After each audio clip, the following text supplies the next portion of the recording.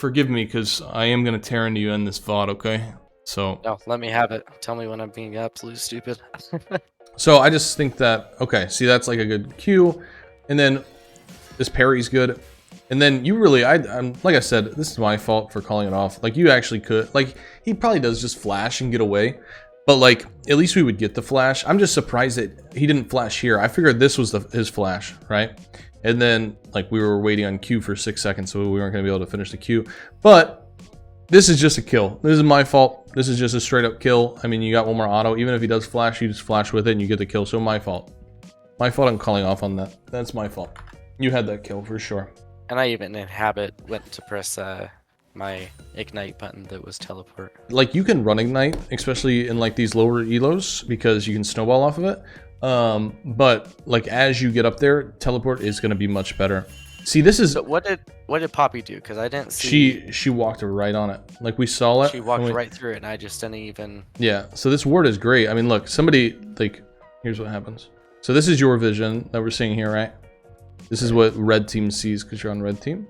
So we actually see her all the way here. Like, we see her. Right, yeah. and I just... Yeah, she's literally on your mini map. Now, I would prefer the ward to be a little bit up. I want the circle to reach, like, I want it to be like this. I want it to hit this wall, but I want it to hit this wall if possible. Like, I wanted to hit everything. Now, like, obviously this is fine. Like, we saw it. And like I said, I'm just, you know, I'm a little off today, so I'm a little tired, so I didn't see it either. But this is a great ward. Notice how, like, the only way to get rid of this ward is for them to sweep and walk through. And even if they do sweep, you're going to see it, right? And then they're going to have to kill the ward. So you're still going to see them if they sweep it, or if they put a control ward down. And if they do, and your ward goes out, then you know a control ward's there, and you can go and try to get it, and then get that extra gold from it, right? You know what I mean? Right. Okay. So like that's a huge like misconception that you need to put wards in the bush. You just don't. Like, you really don't. Especially, the only wards you put in a bush are control wards, because anybody can see them. So that's why you put control wards in a bush. You don't need... Yellow wards never... They just don't need to go in bush. You can get real creative with them and put them anywhere, and it's completely fine. So we saw them. Now, this gank here, how do we survive this gank? So we died to this gank. So let's just watch it through, and I want you to tell me why you died.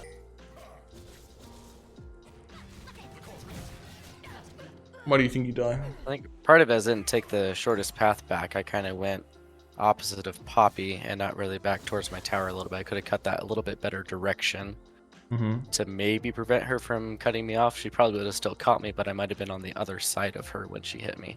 I agree. I think that the route's bad. I think you're playing it to where she wants to take you, right? So imagine this. So you're going towards the wall where she's going to be able to just knock you into it, right?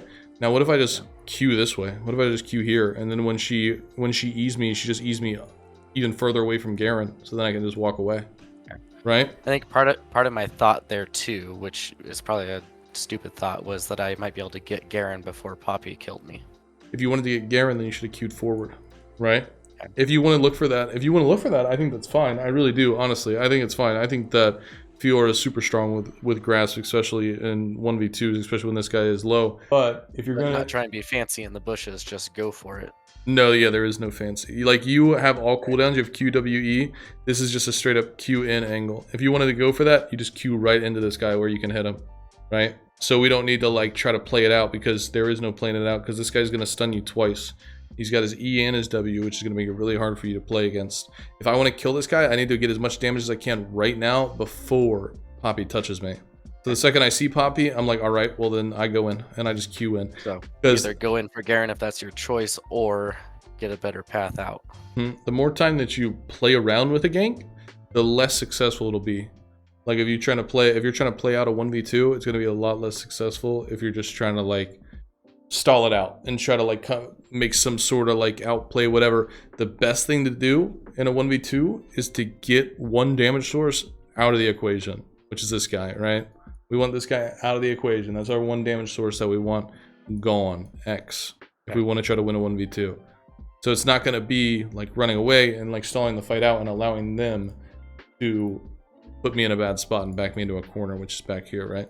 So we have teleport, which makes it not as bad. We really want our refillable early, so that's why we took boots. It's just kind of a bad buy. Not much we can do. We see We see Poppy hit the plant there. Actually, she did hit the plant, so she's still here.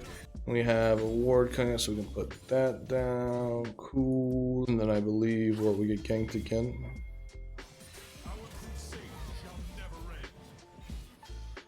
Now this play I might have like looked for, to be honest. So notice that she's got no cooldown. She got W on cooldown, and she has long cooldowns early, right? So like 15, 19 seconds, 13 seconds. So she got 15, 13, and all she can use right now is her Q.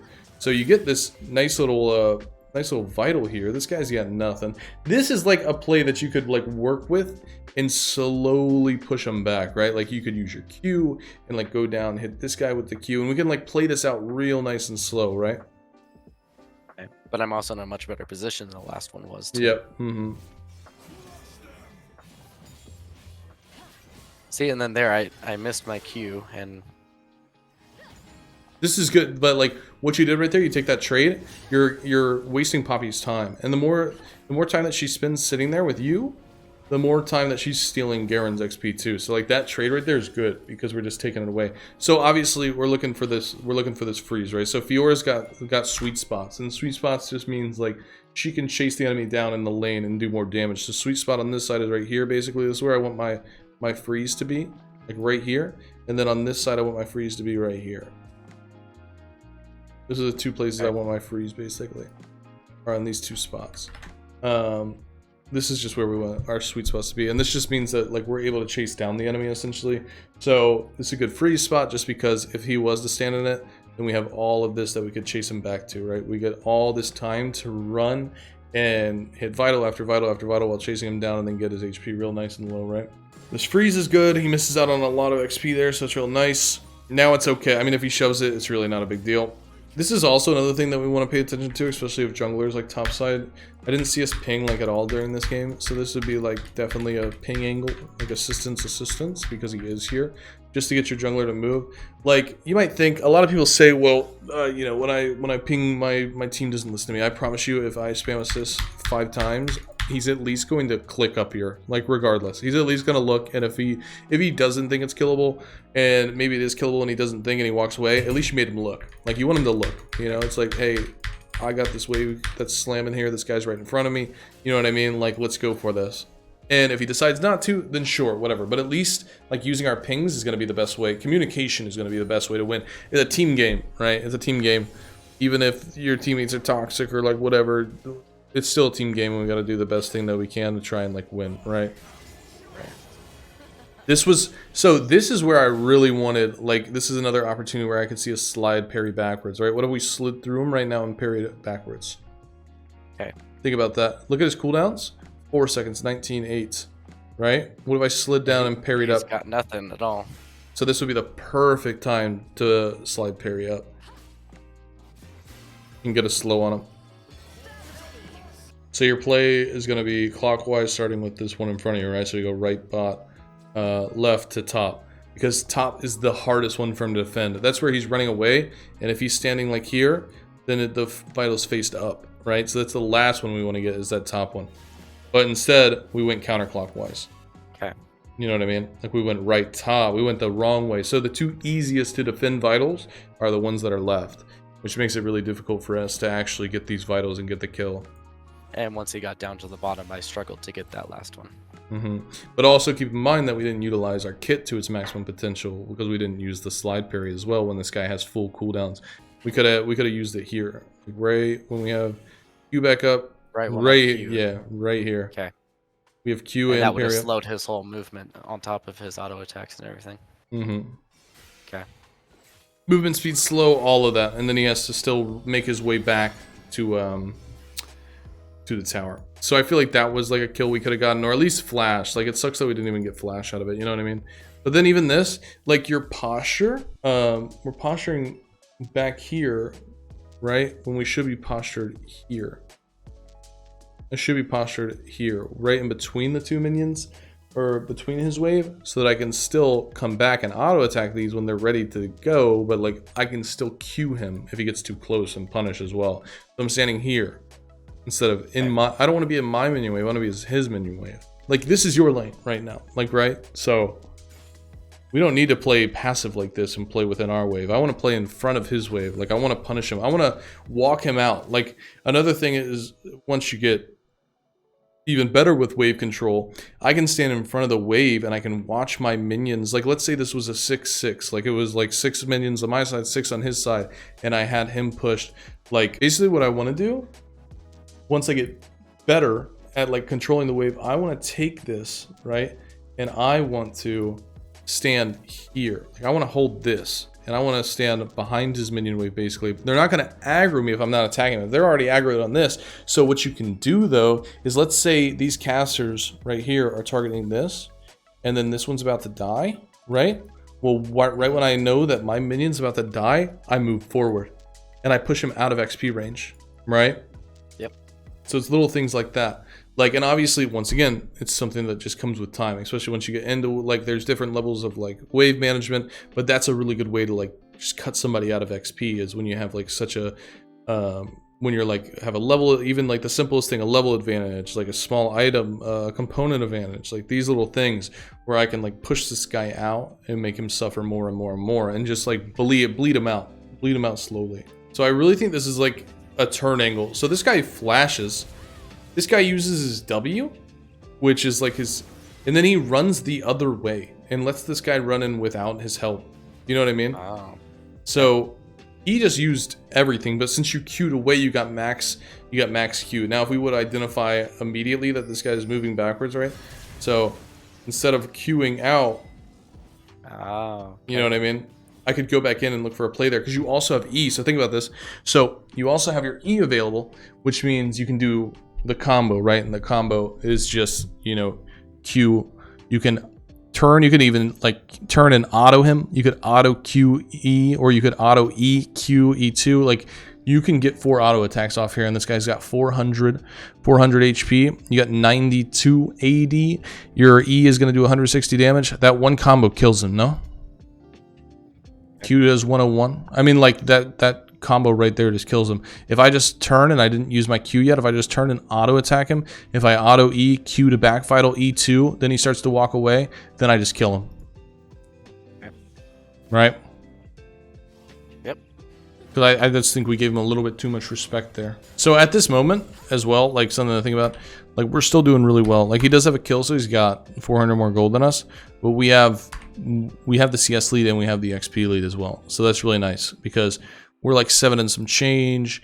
He's like 6 3/4. So we're like half a level up on him right now, and we're slow pushing, so he's losing more minions at the moment. So we just want to last hit, and like I said, that's all it is in the top lane. It's just this really weird game of chess where it's like we are just one step at a time. It's real nice, it's real slow. Every minute, if I can get, you know, 50 more XP than him, 50 more gold than him, that's winning in the top lane, right? That's winning in the top lane, because it adds up after like 15 minutes.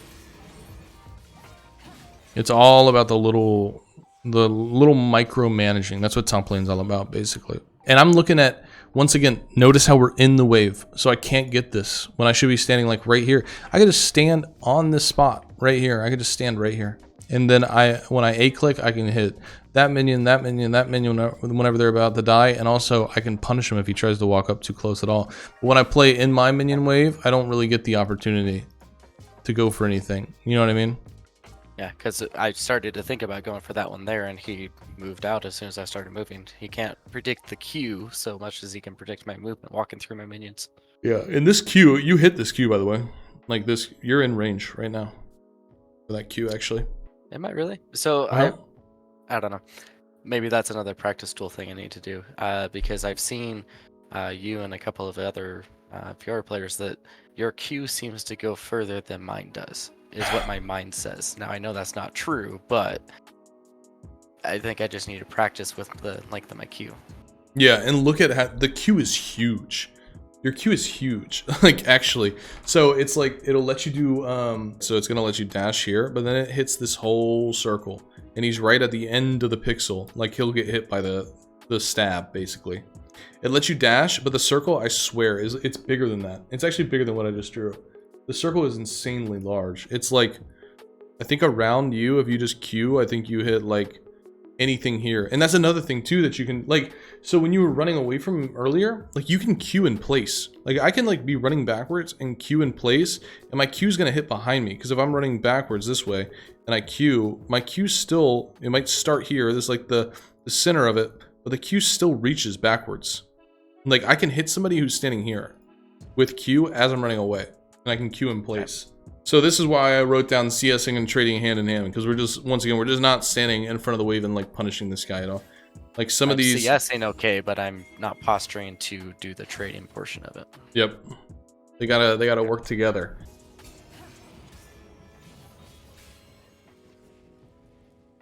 So when I'm saying turn at 920, what I'm looking for, especially when you hit a vital like that, like this is just like the guy doesn't have flash.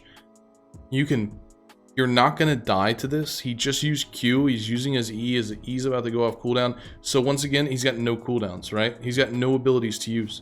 When this E ends, he's got nothing at all. So the classic, like what you always look for when you're ulting on Fiora is what they call the 5 vital ulti.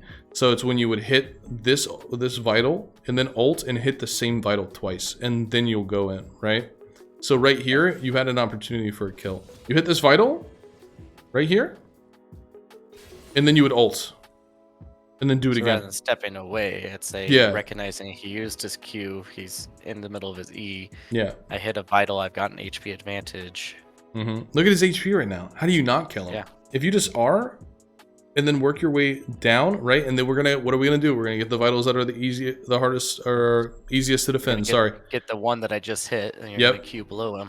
Yep, and then you're gonna Q below him, and you're gonna go to the left, and then he's gonna run away. He's gonna run down, right? Imagine how it's looking as we're thinking about this, right? So we hit right, and then we move our way down. We Q, we hit that one, and we can slide parry underneath him, and we can parry him and slow him, and then we can hit the left and the top one.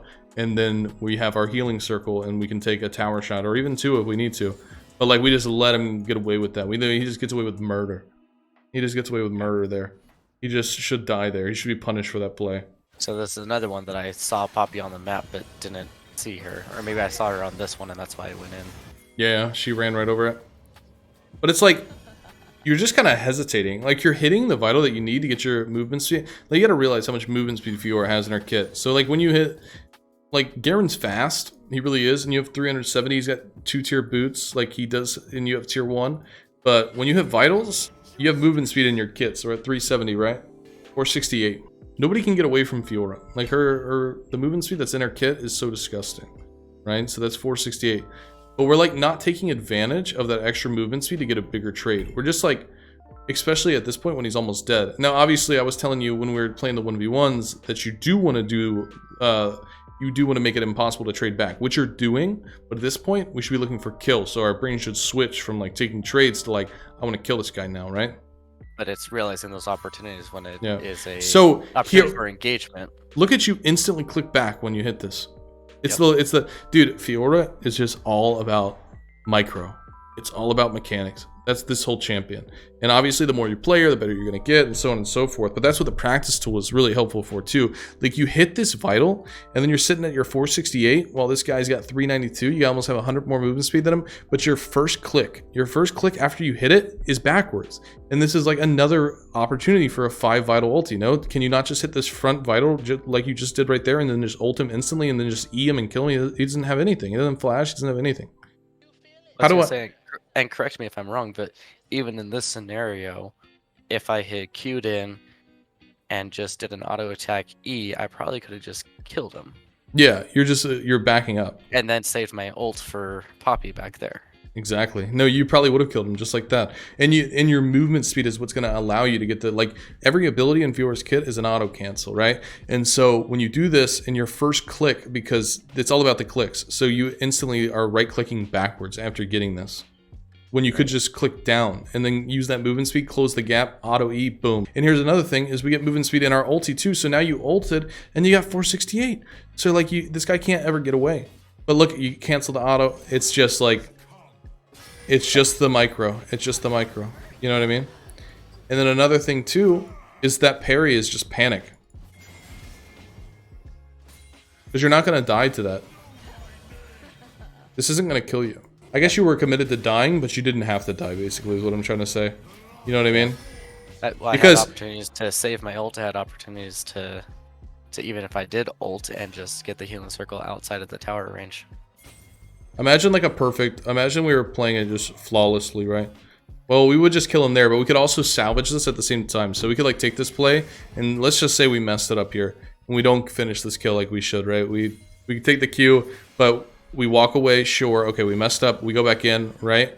So let's just say we're playing Fiora perfectly, okay? So if I just walk in and then auto and then don't parry, because when I parry, I start wasting, like, I'm not doing any damage while I'm parrying, right? So if I just auto E, take the damage here, and then I can walk back up, and then I can parry Poppy when she E's me. Okay. Right? Because I can run and make some distance, so I'm gonna have time to react. What's the best way to make a parry work, right? And it's for me to have more time to react. I want to have as much time as possible to react. So if I can get this kill and then instantly pause, like go, not really that way, but more like something like this, where I kind of take this kill and I run this way.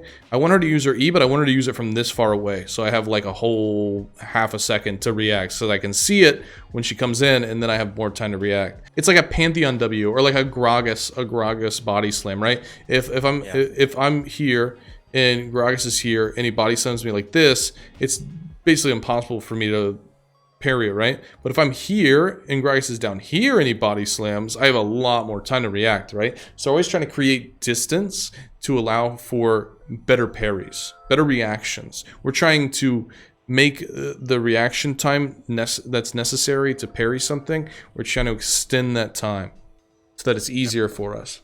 So creating distance on abilities like that. And this so we knew told me to be ready for my W. And yeah, that was a kind of a tough one, but we definitely should have been able to parry that, right? Like, I mean, yeah. This is where he literally is just allowed to use every cooldown and gets no punish. So somehow we let him Q the wave and then walk into the wave with E and just get away with it. I don't know why, right?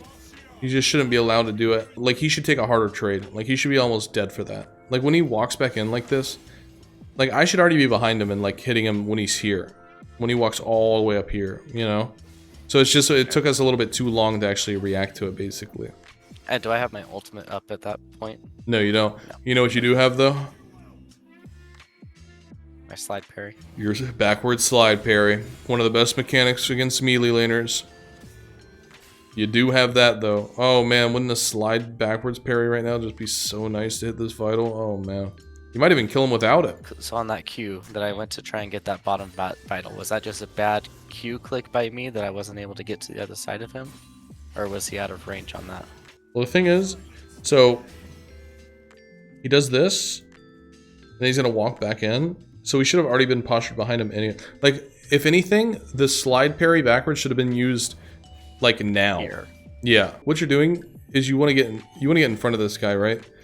But like, you're stopping, you need to be like clicking and autoing, like click, auto, like moving while you're attacking. But instead you stand still. So you let him move and make distance while you're just standing still. You know what I'm saying? Yeah. Yep. I thought I got better at that, but obviously. So like that one, I thought that I could Q to the other side of him, but I didn't quite get there. Yeah, it might have been a little bit of a gap, but you notice how you sat there and used both your E's without moving at all? Yep, regardless of where I clicked on that Q, it shouldn't have ever been an issue. So we're gonna get this shoved. This is like, I mean, you have a CS lead. Like, I can tell that you can lane. I can tell that you're controlling the wave better than like these silver players. That's for sure. Like, you're definitely, I can tell that you win lane. I can definitely tell. But it's all about. That's one of my big flaws, is just knowing when I can punish, when I can't. And I usually side on the side of caution and just not, which is why I'm in this habit of a Q click back, Q click back. Mm-hmm. So we just see her again, though. I mean, like, this is the lock screen. This is the lock screen curse. You see her all the way here. Do you know what I mean? Like, we see her. So this is red side vision again. You're going to get in this fight. And you win this if she doesn't show up. We see her all the way down here. Yep. But I didn't actually see her until she was in attack range. So 1249. She hit you. You have 4 seconds to react to her being there. 4. It's a lot of time to react. So I don't know if we're gonna, if we're going to take our time and try to learn how to get off lock screen, and maybe it's going to take a while, then we need to increase the minimap size or do something that's going to allow us to see our enemy.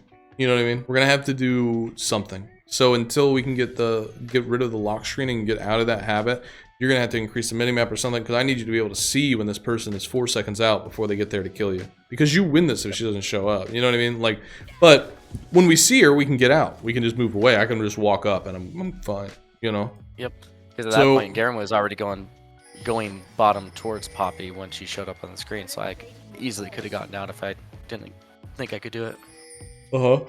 And then, by the way, rotating to Rift is always worth it. Always worth it. Something that's really cool. By the way, I don't know if you know this, and it's funny because it's like people don't know this for some reason, which I find crazy. The only people that know this are ADC mains for some reason. But if you help with an epic monster like this, it's really good for stacks. So notice how you have Legend Alacrity 10.5%, 5 out of 10, right? And this typically takes like 20 minutes to stack up, right? Now watch when this thing dies. So we're at 10.5, 5 out of 10. 12%, 6. So you get 100%. You get a full stack and some change anytime that you don't even have to kill. You don't have to do anything. You just have to assist. You just have to walk up and auto attack it once and you get a whole stack. So it's always worth it because this thing's worth 300 gold anyways. So usually the jungler's going to kill it, but you're going to get 100 gold. I mean, that's like a cannon and some change as well. I mean, that's a whole cannon. So it's always worth it to walk down, you know? So this was good that you rotated down though.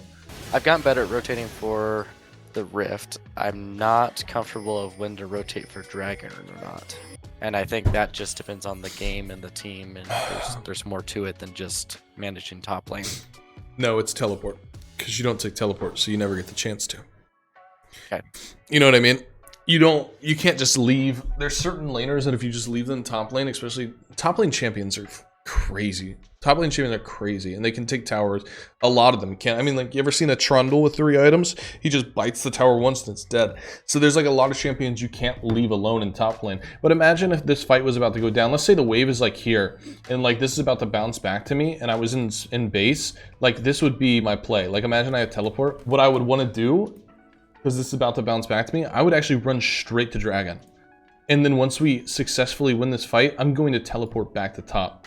Like, that's an option as well. Like, you could do that. Like, you can go from base while this is pushing tower before it bounces back to you. This gives you about, like, it's about 30 seconds, about 30 seconds to make a play. So you walk down, you help Dragon, you make sure you secure it, and they might see you and be like, okay, we can't do anything. Okay, cool. I might lose a little bit of HP, I back up, and then I just teleport top, and then I catch the rest of my wave. Like, that's an option. Like, teleport allows you to be a lot more flexible and, like, be more of a presence on the map and be more helpful. Now when we take Ignite, this is basically all we're doing. Boom, side lane, I got Ignite, cool, Ignite. And like, it's not like Ignite's bad, it's just like, it's a different play style. So if I'm taking Ignite, it's basically me saying I'm going to win my lane, and I'm going to have this lane pushed the entire game.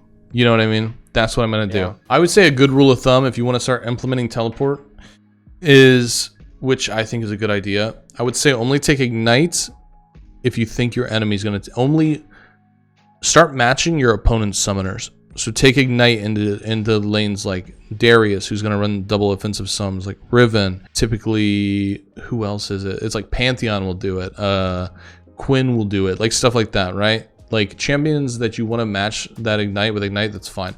But like if you have Ignite into a champion like Sion, like he's just going to go 2 and 15 and like win the game because you can't keep up with him because you don't have teleport. Or Tryndamere. You can't keep up with Tryndamere without teleport. Do you know what I mean? Yeah, same with York. Yep. There's certain champions where you really need it. Because even if you get ahead, those champions just go 0 and 10, but they're so fast and they're all over the map. And if you don't have teleport to respond, then it's really bad. Like, I want to be able to, like, if Tryndamere is pushing my 2 tier, I want to be able to go from base, catch this wave, and then be able to teleport and help with a fight down here or something like that, right? Because if I have Ignite, well, even if I have Ignite, I'm still forced to catch this wave that's pushing to tier 2, but then I have no agency whatsoever in the dragon fight that's about to pop off or something like that. You know what I mean? Okay. Yep. Okay, cool. And then I walk away, but he walks back into me. I can just go back in and hit a Q real quick while everything's on. He just used everything. I got to punish him. He's in range of Q right now. I can hit him with a Q auto and then back away. Well, he's got nothing. I think I have it pounded in my head to only queue for vitals. No, vitals are like awesome. I mean, that's like the double damage, but you don't have to. Like, you can definitely take more damage out of them, especially at this point when you have your Q fully maxed. I mean, it's a 2.5 second cooldown. I want to be Q, Q, Q, Q. You know what I mean? Like on repeat. Once again, this is like one of those situations where I can just punt it. Like, I should be behind his wave. I don't want him to get anything. So like, this minion's about to die and I know it's about to die. I just walk into him and push him out. It's all about the small victories, right? So I know this minion's gonna die. If I was postured here, then I could just push him away and he can't even get this XP, and then he's gonna lose this XP, and then he's gonna lose this XP. And when you do that consistently throughout a game, that's where you see top laners being level 13 while the other one's level 10. Like, don't let him play. He shouldn't be allowed to play. Like, if I'm standing here, I can still walk backwards and hit this minion before it dies. But I can also watch my minions and watch them as they're about to die. And that's when I get a little aggressive and I push him off. Now, here's the trade-off, right? So if I'm going to miss one of his minions, so I might miss like gold, I'm still in XP range, but I'm pushing him out of XP range, right? So it's a win. You know what I mean? Overall, yep. Yep, exactly. We're looking for... And also to your point about the Essence Reaver thing, I'm also noticing that I'm having 0 issues with mana. You have no issue. Yeah, you have no issues with mana. You don't need Essence Reaver, I promise. I know it feels good. It's only because you're running Ignite. The only item I might be okay with you using is Bork. Only because Bork is like a crazy 1v1 item. I'll let you... How about you stop building Essence Reaver and I'll keep letting you build Bork? Okay. You got a deal? Yep. Okay. And I usually only build Bork into like Kale. I started swapping it for Essence Reaver to Bork because I wanted to keep the attack speed. Yeah, and stop selling full items, by the way. Lord have mercy. So, I mean, like, look at this. So, I know this isn't the same item. I get that. But it's 70%. Like, all items sell for 70%. It's just how it works. They're all 70, 70, 70. Right? So, whatever Essence Reaver, what is it, 2,800? Yeah. Okay, so you buy it, and then you sell it for 21. And then you lose 700 gold. You lose 7. That's 2 kills. That's 2 kills worth of gold. And my logic on that, I know it's flawed, but my logic on that was that at the point that I'm selling it for my 4th item, I have already got so much of a lead that 700 gold doesn't matter if I lose it. I'd rather have 5 items than 4. I understand. Yeah, I understand. But I just don't see your mana issues. I think, like I said, I think it's placebo. I think you think you have mana issues. I think it happened like once or twice to you and you died because of it, and then you were like, I'm never gonna let that happen again, and I'm gonna get Essence Reaver. You know what I mean?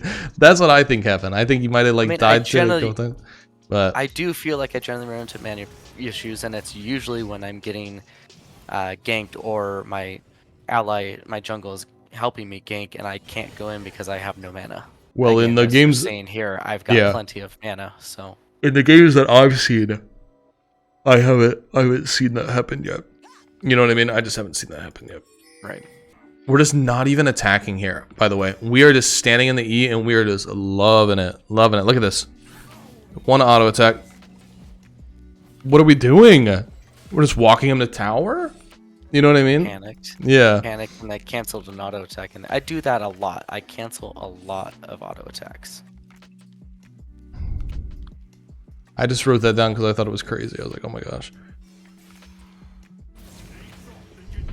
I also think, and you win this here, by the way, like actually. So the issue is that you walk out of the bush. You need to stay in the bush. You have Q up. You need to Q down and hit this and then parry. Like, where is our slide? We got to learn how to slide parry directionally. We have to. You know what I mean? Like, I need to see like you Q down and parry to the right, and then hit your R on this guy and finish this kill. But like. Okay. Once we get out of the bush and then we lose vision of him, we want to stay in the bush there because we don't have a ward. You know what I mean? That's another thing for the practice tool for me, is doing the directional parry. I've done it like maybe once or twice successfully, but I'm not comfortable with it at all. And like I said, it will come with time. It's not like, you know, it's not like it's super easy. Now this is the play I really want to look. Okay, so this is what I'm talking about, like where you can click the minimap, especially if your minimap's bigger. This might help you get out of lock screen. Like if you're playing, like I want you to get used to space. I want to see this space. I want to say, what's she doing down here? Cool, space. What's she doing? Okay, cool. Yep, fight. Yep, okay. Like, you know what I mean? Like I'm clicking everywhere. When I'm playing, I'm just spamming the spacebar all the time because I'm always coming back to myself and like looking. So like this fight here, you do this where so imagine, right? We start teleporting and you instantly are looking here. This is the most blind, scariest teleport I've ever seen in my life. So you like spawn in and you have to like gather all the information instantly. I'm like, okay, this is where we are. This is what's going on. Now imagine, why do we need to look at our character here to teleport? I don't need to see myself stand here and teleport. I need to be like teleporting, and now I should be looking. I should be looking around. I'm like, what is my play? I should be looking. What am I about to do here, right, when I spawn in, right? You know what I mean? And even here, if I'm looking, well, I guess Jin's too far away now. Where Jin was postured initially might have been the better play to go to. So rather than up into the middle of 3 people. I do think this play is fine here. So you go for him. Okay. Boom. And we know that he doesn't have, I think he doesn't have his E. So he uses this, which is fine. The parry is just panic though, because you still have flash. That's the thing. This is where I would like to see you use flash, but keep your parry. Or you could have just waited it out really and just queued him, because you just kill him anyways. But I just don't think we need to use parry, because we could still have parry here. So now our target selection is bad. So from this point, you know what? What do you think I would do here? Right now you'd be going down to that top vital on Bard. I would be, this is where bouncing comes into play, right? So I want to Q off of this guy, right? Q, get the extra movement speed from my vital, and then bypass them both and go to Jin, who is just sitting here ulting. Yep. Exactly. That's my target selection, because I have flash still. So if this is bouncing 101. I don't want this guy to sit here and like, I don't want to fight him right now. Like, I just don't, because the Garen's he's 4-1. He does a ton of damage with his E. I want to get away from him. And there's a front facing vital right here in front of my face that I can Q down for, use the movement speed to move into this bush, flash, and then kill this guy, because he's got nothing either. So if I Q down, right? Imagine I Q down on this guy, get the movement speed, and then posture, and then I could flash and get right in this guy's face as he's ulting. Because he has to cancel ult and try to run away. He'll die too. Well, the other thing to your point about lock screen is that if you go to lock screen for me, I don't know where Jin is. Like, I can see that he's ulting. I don't know how far away he is. So yeah, to me, in the middle of this fight, I don't think Jin's a target, because I have no idea where he actually is. Mm-hmm. And we've got a ward there, so it's not like he's blind to us. But that's exactly what I mean when it comes down to bouncing, right? That is bouncing 101. Okay. Now here you yelled at me to use my ult right away, which would have given me that extra movement speed.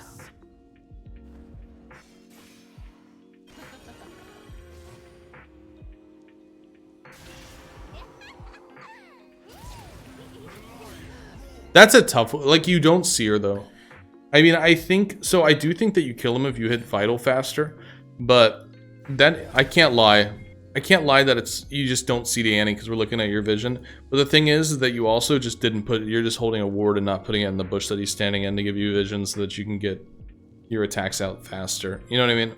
Yeah. So like, we have a ward and we could put it in this bush, and then like we could actually see him, and we could have If I put a ward, I could have hit that vital right there and not even have to queue yet. Mm-hmm. So first of all, bush, ward, boom, I see him. He walks back out. Auto, right? Even if I can't auto, I can still Q in. Q in. I could have queued long auto, before that. Q auto, where's the E? Q auto, animation cancel, or auto cancel into E. Where's our E? Okay, we do use the E. We ulted late, so we didn't get the vital. That's okay. And then I was about to... I don't know if I used my Q or... No, I didn't use my Q. He walked back into my E range. Like I said, I do think you get the kill if you put a ward down, though. I think if you get the ward down, I think you're good. Okay, we already did this. I wanted to show you how to push a wave. We need to walk through it and try to hit all of them with it. Because, like, you're focusing... Like, this is... You're doing, like, the slowest form of pushing, basically. Like, also, when you're doing this, you're focusing the minions that have 846 HP instead of the ones that have 386. So, like, you could just go to the back line and kill these guys in, like, 2 auto attacks compared to these guys that have... I mean, it's only 2 armor, but it's still... They have armor. These guys don't, and they have less than 40% of the HP that these guys do. You know what I mean? Yeah. So this is just a really slow way of pushing, basically. And then this is a play. I wanted to look at this one, too. I think this is the last play on it. Or no, there's another play, too, that I wrote down. So this, just take the tower. She doesn't do any damage to you. Like, watch what she does here. She's tank Poppy. So imagine you just stand here. Okay, cool. She just used everything. She barely chunked me. Why don't I just stay there and finish that tower and then ult her and go for the kill? I'm gonna stand here. I'm gonna stand here and finish the tower. She's not doing any damage. You know what I mean? And the tower is almost dead anyway. You could have just stood right there on the tower. So a lot of times, like, I don't know if you've seen, like, me play against, like, a Malphite or something like that. Like, where I just completely ignore them. You just completely ignore them and you just get the plate. You know what I mean? Yep. Like, and I've done that a couple of times. I think in my head in this game, Poppy has been involved in killing me more than half of my deaths at this point, and so I think I just had it in my head that I didn't want to deal with her. But seeing you under that tower there, I mean, you can obviously see if I was just being aware of how much damage she was actually doing, even at that moment, there was no reason to run away. yeah, because you're able to see the damage right. Yeah, exactly. You're able to see the damage right away, basically, and see how much she's doing, so that you know. So get rid of placebo effects and actually pay attention to the information. Yep, basically, you got it. So we switch. So we have blue. So here's the thing with blue wards. So what I want you to do when you start using blue wards, I want you to put them in spots where you can see multiple crossways, basically. So if I'm like split pushing, I want my blue ward like here, because I can see here, here, here, here, and here, and here. I can see everything. And so if they go to take it, that's fine. Or I want the blue word like here, because I can see here, here, here, here. Like, I want them in the crossroads, basically. What's another, like, good blue ward if I'm pushing on this side, right? It would be like here. Or here. Because I can see here, here, here. I just want to be able to see multiple paths of where somebody could be. You know what I mean? Yep. And I want to see somebody before I get ganked. Like, I want to know if I'm getting ganked. So, like, I want to be able to, like, this is a priority spot. Like, I want to be able to see this. So, if I put it here, then I can see if somebody walks up here. If I put it here, I can still see if somebody walks here from river. Like, those little things, right? And also, I want you to start switching to blue wards more, too. Well, got nothing else for me. Then I'm going to head out. I think you're good. Hey, I appreciate your time. Thanks, Brennan. Absolutely, man. It was a good session. I wish you the best. Like I said, if you have any questions, let me know. And keep me updated on your climb, okay? All right, we'll do. I'll catch you on your next stream. Hell yeah, man. Good luck out there. Talk to you soon. All right, you too. All right. Later. Good night.